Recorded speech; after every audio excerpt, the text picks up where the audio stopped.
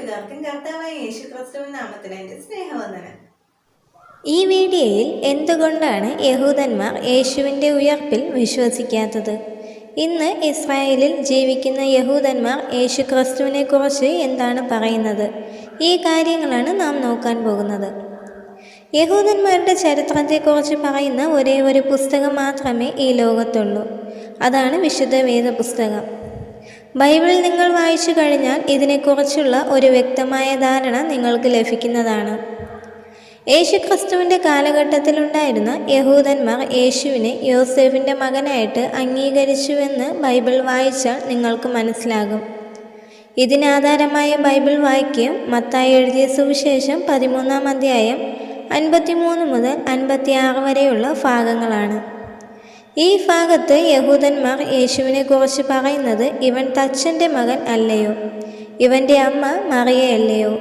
ഇവൻ്റെ സഹോദരന്മാരും സഹോദരികളുമെല്ലാം നമ്മോട് കൂടെയില്ലയോ എന്നാണ് ചോദിക്കുന്നത്. അതായത് അന്നേ യഹൂദന്മാർ യേശു ക്രിസ്തുവിനെ യോസേഫിൻ്റെ മകനായിട്ട് അംഗീകരിച്ചിരുന്നു. സാധാരണക്കാരായ മാതാപിതാക്കളുടെ മകനായിട്ട് ജനിച്ച യേശു ക്രിസ്തു സംസാരിച്ചിരുന്നത് യഹൂദ പണ്ഡിതന്മാരെ പോലെയായിരുന്നു. യഹൂദ പണ്ഡിതന്മാർ ചോദിക്കുന്ന ചോദ്യങ്ങൾക്ക് കൃത്യമായ ഉത്തരങ്ങൾ നൽകുകയും മോശയുടെ ന്യായപ്രമാണത്തിൽ നിന്നുള്ള കാര്യങ്ങളെക്കുറിച്ച് അവരോട് കൃത്യമായിട്ട് ചോദ്യങ്ങൾ ചോദിക്കുകയും ചെയ്തിരുന്നത് യഹൂദന്മാരിൽ വളരെയധികം അത്ഭുതങ്ങൾ ഉളവാക്കി. യോസേഫും മറിയയും ബാലനായിരുന്ന യേശു ക്രിസ്തുവും യെരുശലേം ദേവാലയത്തിലെ പെരുന്നാളിന് കടന്നുപോയി. എന്നാൽ തിരിച്ചു മടങ്ങവേ വഴിയാത്രക്കാരുടെ കൂടെ യേശു കാണുമെന്ന് വിചാരിച്ച് യോസേഫും മറിയയും മടങ്ങിപ്പോന്നു. എന്നാൽ യേശു അവരോടൊപ്പം ഇല്ലായിരുന്നു. പിന്നീട് യെരുശലേം ദേവാലയത്തിലേക്ക് മടങ്ങിച്ചെന്നപ്പോൾ യഹൂദ പണ്ഡിതന്മാരോട് സംവാദിക്കുന്ന യേശു ക്രിസ്തുവിനെയാണ് അവർ കാണുവാൻ ഇടയായത്. സുവിശേഷങ്ങളിലുടനീളം നോക്കിക്കഴിഞ്ഞാൽ പരീശന്മാരോടും സദൂക്യരോടും യേശു ക്രിസ്തു ഇത്തരത്തിലുള്ള വാദപ്രതിവാദങ്ങൾ നടത്തുന്നതായി കാണാം. അവയിൽ പ്രധാനപ്പെട്ടതാണ് ശബത്ത് ആചരണത്തെക്കുറിച്ചും മോശയുടെ ന്യായപ്രമാണത്തെക്കുറിച്ചും യേശുവിൻ്റെ വാദങ്ങൾ. യേശു ക്രിസ്തുവിന് വഴിയൊരുക്കുവാൻ വന്ന ഏലിയാവ് പ്രവാചകന്റെ ആത്മാവോട് കൂടെ സംസാരിച്ച യോഹന്നാൻ സ്നാപകനെ യഹൂദന്മാർ പലരും അംഗീകരിച്ചിരുന്നില്ല. അതുകൊണ്ട് തന്നെ യേശു ക്രിസ്തു ശബത്ത് ദിനത്തിൽ ഇത്തരത്തിലുള്ള അത്ഭുതങ്ങൾ ചെയ്യുന്നത് കണ്ട് യഹൂദ പണ്ഡിതന്മാർ പിറുപിറുക്കുകയും യേശു ക്രിസ്തുവിനോട് ചോദിക്കുകയും ചെയ്തു, നീ എന്ത് അധികാരം കൊണ്ടാണ് ഇത്തരത്തിൽ ചെയ്യുന്നത്? അപ്പോൾ യേശു അവരോട് തിരിച്ചു ചോദിക്കുന്ന ഒരു ചോദ്യമുണ്ട്. യോഹന്നാൻ്റെ സ്നാനം സ്വർഗത്തിൽ നിന്നാണോ മനുഷ്യരിൽ നിന്നാണോ ഉണ്ടായത് എന്ന്. സ്വർഗത്തിൽ നിന്നാണ് എന്ന് പറഞ്ഞാൽ പിന്നെ എന്തുകൊണ്ടാണ് യോഹന്നാൻ സ്നാപകനെ നിങ്ങൾ വിശ്വസിക്കാത്തത് എന്ന് യേശു ചോദിക്കും. മനുഷ്യരിൽ നിന്ന് എന്ന് പറഞ്ഞാലോ ജനങ്ങളെല്ലാവരും യോഹന്നാൻ സ്നാപകനെ ഒരു പ്രവാചകനായിട്ട് കാണുന്നത് കൊണ്ട് ജനങ്ങൾ യഹൂദന്മാരെ കല്ലെറിയും. യേശുക്രിസ്തുവിൻ്റെ ഈ ചോദ്യത്തിന് യഹൂദന്മാർക്ക് മറുപടി ഒന്നുമില്ലായിരുന്നു. അവർക്ക് അറിയില്ല എന്നാണ് അവർ പറയുന്നത്. എന്നാൽ യേശുക്രിസ്തു അവരോട് പറയുന്ന മറുപടി, എന്നാൽ ഞാനും ഇന്ന അധികാരം കൊണ്ടാണ് ഈ കാര്യങ്ങളൊക്കെ ചെയ്യുന്നത് എന്ന് നിങ്ങളോടും പറയുന്നില്ല എന്നാണ്. ഇനി ആധുനിക ഇസ്രായേലിലേക്ക് വരാം. ഇസ്രായേലിൽ ഇന്ന് ജീവിക്കുന്ന യഹൂദന്മാരോട് യേശുക്രിസ്തു ആരാണെന്ന് ചോദിച്ചാൽ അവർ പറയുന്ന മറുപടി പലതായിരിക്കും. ചിലർ പറയും യേശുക്രിസ്തു എന്നത് ക്രിസ്തു മതം സ്ഥാപിച്ച വ്യക്തിയാണെന്ന്. ചിലർ പറയും യേശുക്രിസ്തു ഒരു യഹൂദനായിരുന്നു. യേശുക്രിസ്തു ജീവിച്ചിരുന്നു എന്ന് അവർ വിശ്വസിക്കുന്നുണ്ട്. യേശുക്രിസ്തു ഒരു യഹൂദനായിരുന്നു എന്ന് അവർ വിശ്വസിക്കുന്നുണ്ട്. എന്നാൽ അവർ തങ്ങളുടെ മശിഹയായിട്ട് യേശുക്രിസ്തുവിനെ അംഗീകരിക്കുന്നില്ല. ഇനി എന്തുകൊണ്ടാണ് യേശുക്രിസ്തുവിൻ്റെ പുനരുദ്ധാനത്തിൽ യഹൂദന്മാർ വിശ്വസിക്കാത്തത് എന്ന് നോക്കാം. മത്തായി എഴുതിയ സുവിശേഷം 28-ാം അധ്യായം 1 മുതലുള്ള ഭാഗത്താണ് ഈ ഒരു കാര്യം രേഖപ്പെടുത്തിയിരിക്കുന്നത്. ശബത്ത് കഴിഞ്ഞ് ആഴ്ചവട്ടത്തിൻ്റെ 1-ാം ദിവസം മധുരക്കാരത്തി മറിയയും കൂടെയുള്ളവരും കല്ലറയിലേക്ക് ചെല്ലുകയാണ്.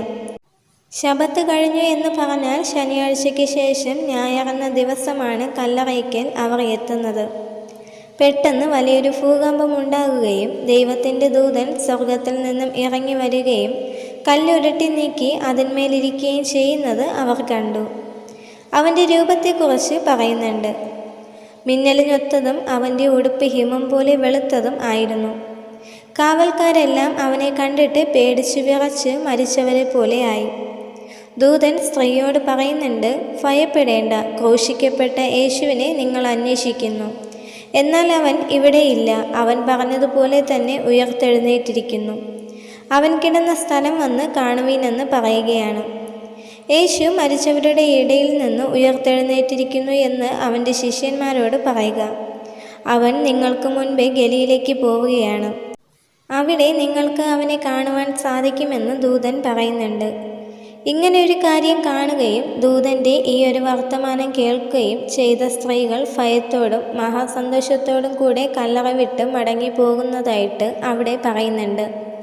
പിന്നീട് സംഭവിച്ച ചില കാര്യങ്ങളാണ് ഇന്നും യഹൂദന്മാർ യേശുക്രിസ്തുവിൻ്റെ ഉയർപ്പിൽ വിശ്വസിക്കാത്തതിന് കാരണമായിരിക്കുന്നത്. അങ്ങനെ ഈ സ്ത്രീകൾ ഭയത്തോടും മഹാസന്തോഷത്തോടും കൂടി കല്ലറ വിട്ട് അവൻ്റെ ശിഷ്യന്മാരോട് ഈ ഒരു കാര്യം അറിയിക്കുന്നതിനായി പോവുകയാണ്. എന്നാൽ യേശു തന്നെ അവരെ എതിരേറ്റു. അവരോട് പറയുകയാണ്, നിങ്ങൾക്ക് വന്ദനമെന്ന് പറഞ്ഞു. അവർ അടുത്ത് ചെന്നു അവൻ്റെ കാൽ പിടിച്ച് നമസ്കരിച്ചു. യേശു പറയുന്ന മറുപടി, ഭയപ്പെടേണ്ട, നിങ്ങൾ പോയി എൻ്റെ സഹോദരന്മാരോട് ഗലീലയ്ക്ക് പോകുവാൻ പറയുക. അവിടെ വച്ച് അവർ എന്നെ കാണുമെന്ന് പറയുകയാണ്. പിന്നീട് യഹൂദ പണ്ഡിതന്മാർ നടത്തിയ ചില കാര്യങ്ങൾ യേശുക്രിസ്തുവിൽ ഇന്നും യഹൂദന്മാർ അവൻ്റെ ഉയർപ്പിൽ വിശ്വസിക്കാത്തതിന് കാരണമായി തീർന്നു. ഈ സ്ത്രീകൾ മടങ്ങിപ്പോകുമ്പോൾ കാവൽക്കൂട്ടത്തിൽ ചിലർ നഗരത്തിൽ ചെന്ന് സംഭവിച്ചതെല്ലാം മഹാപുരോഹിതനോട് അറിയിക്കുകയാണ്. അങ്ങനെ മഹാപുരോഹിതന്മാർ മൂപ്പന്മാരുമായി കൂടി ആലോചിച്ച് പടയാളികൾക്ക് വേണ്ടുവോളം പണം കൊടുത്തു. ഈ പടയാളികൾ മാത്രമാണ് യേശുക്രിസ്തു ഉയർത്തെഴുന്നേറ്റത് കണ്ടിട്ടുള്ളൂ. എന്നാൽ അവർക്ക് പണം കൊടുത്തിട്ട് ഒരു കഥ അവരെ കൊണ്ട് പ്രചരിപ്പിച്ചു. യേശുക്രിസ്തുവിൻ്റെ ശിഷ്യന്മാർ രാത്രിയിൽ വന്നു. എന്നിട്ട് യേശുവിൻ്റെ കല്ലറ തുറന്ന് അവൻ്റെ ശരീരം എടുത്തുകൊണ്ടുപോയി. എന്നിട്ട് അവൻ ഉയർത്തെഴുന്നേറ്റു എന്നുള്ള ഒരു കള്ളക്കഥ യഹൂദ മൂപ്പന്മാരും യഹൂദ മഹാപുരോഹിതന്മാരും ജനങ്ങളുടെ ഇടയിലേക്ക് പരത്തി. ഇതുകൊണ്ടാണ് യഹൂദന്മാർ ഇന്നും യേശുക്രിസ്തുവിൻ്റെ ഉയർപ്പിൽ വിശ്വസിക്കാത്തത്. പിന്നീട് അവിടെ വായിക്കുന്നുണ്ട്, അതിൻ്റെ 14-ാം വാക്യത്തിൽ പറയുന്നുണ്ട്, വസ്തുത നാടുവാഴിയുടെ സന്നിധാനത്തിൽ എത്തിയെങ്കിലോ ഞങ്ങൾ അവനെ സമ്മതിപ്പിച്ച് നിങ്ങളെ നിർഭയരാക്കി കൊള്ളാമെന്ന് പറഞ്ഞു. ഇങ്ങനെയാണ് പടയാളികളെ പറഞ്ഞു വിടുന്നത്. അവർ പണം വാങ്ങി ഉപദേശപ്രകാരം ചെയ്തു. ഈ കഥ ഇന്ന് വരെയും യഹൂദന്മാരുടെ ഇടയിൽ പരക്കെ നടപ്പായിരിക്കുന്നു എന്ന് ഈ സുവിശേഷത്തിൽ രേഖപ്പെടുത്തിയിട്ടുണ്ട്. ഇത്തരത്തിലുള്ള ഒരു കാര്യം യഹൂദ മഹാപുരോഹിതന്മാർ ചെയ്തതുകൊണ്ട് ഇന്നും യഹൂദന്മാർ യേശുക്രിസ്തുവിൻ്റെ ഉയർപ്പിൽ വിശ്വസിക്കുന്നില്ല. യേശുക്രിസ്തുവിൽ വിശ്വസിച്ചിരുന്ന യേശുക്രിസ്തു തിരഞ്ഞെടുത്ത യഹൂദന്മാരായ യേശുവിൻ്റെ ശിഷ്യന്മാരാണ് പിന്നീട് യേശുവിൻ്റെ സുവിശേഷം എല്ലായിടങ്ങളിലും എത്തിച്ചത്. അതിൽ ഏറ്റവും പ്രധാനപ്പെട്ട വ്യക്തിയായിരുന്നു അപ്പോസ്തലനായ പൗലോസ്. പൗലോസ് യേശുവിൻ്റെ ഭൂമിയിലെ ജീവിതകാലത്ത് യേശുവിൻ്റെ ശിഷ്യനായ വ്യക്തിയല്ലായിരുന്നു.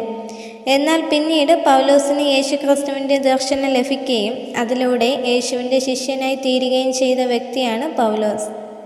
ആദ്യ കാലഘട്ടങ്ങളിൽ യഹൂദ മതത്തിൽ വളരെയധികം കർക്കശക്കാരനായ പൗലോസ് ദമസ്കോസിലേക്കുള്ള വഴിയാത്രയിൽ യേശുക്രിസ്തുവിൻ്റെ ദർശനം ലഭിച്ച പൗലോസ് ശൗൽ എന്ന പേരിൽ നിന്നും പൗലോസ് അപ്പോസ്തലൻ എന്ന പേരിലേക്ക് മാറി. യഹൂദന്മാരിൽ നിന്ന് മാത്രമല്ല മറ്റു വിഭാഗം ജനങ്ങളുടെ ഇടയിൽ നിന്നും ഒരുപാട് അനുയായികൾ യേശുക്രിസ്തുവിന് ഉണ്ട്. ഇപ്പോൾ യേശുക്രിസ്തുവിനെ യഹൂദന്മാർ തങ്ങളുടെ മശിഹയായിട്ട് അംഗീകരിക്കുന്നില്ലെങ്കിലും അവർ അംഗീകരിക്കുന്ന ഒരു നാൾ വരുമെന്ന് ബൈബിൾ വ്യക്തമായി പറയുന്നുണ്ട്. ഒരു യഹൂദൻ പോലും യേശുക്രിസ്തു ജീവിച്ചിരുന്നില്ല എന്ന് പറയുന്നില്ല. യേശുക്രിസ്തു ജീവിച്ചിരുന്നതിനെ അവർ പൂർണ്ണമായി അംഗീകരിക്കുന്നു. എന്നാൽ മശിഹയായിട്ട് അംഗീകരിക്കുന്നില്ല എന്ന് മാത്രം. ക്രിസ്തുവിന് മുൻപും ക്രിസ്തുവിന് ശേഷവും എന്ന് കാലങ്ങളെ രണ്ടായിട്ട് തിരിച്ചു യേശുക്രിസ്തു. യേശുക്രിസ്തുവിനെ പോലെ മാതൃകാപരമായിട്ടുള്ള ജീവിതം നയിച്ച മറ്റൊരു വ്യക്തിയും ലോകത്തിൽ ഉണ്ടായിട്ടുമില്ല.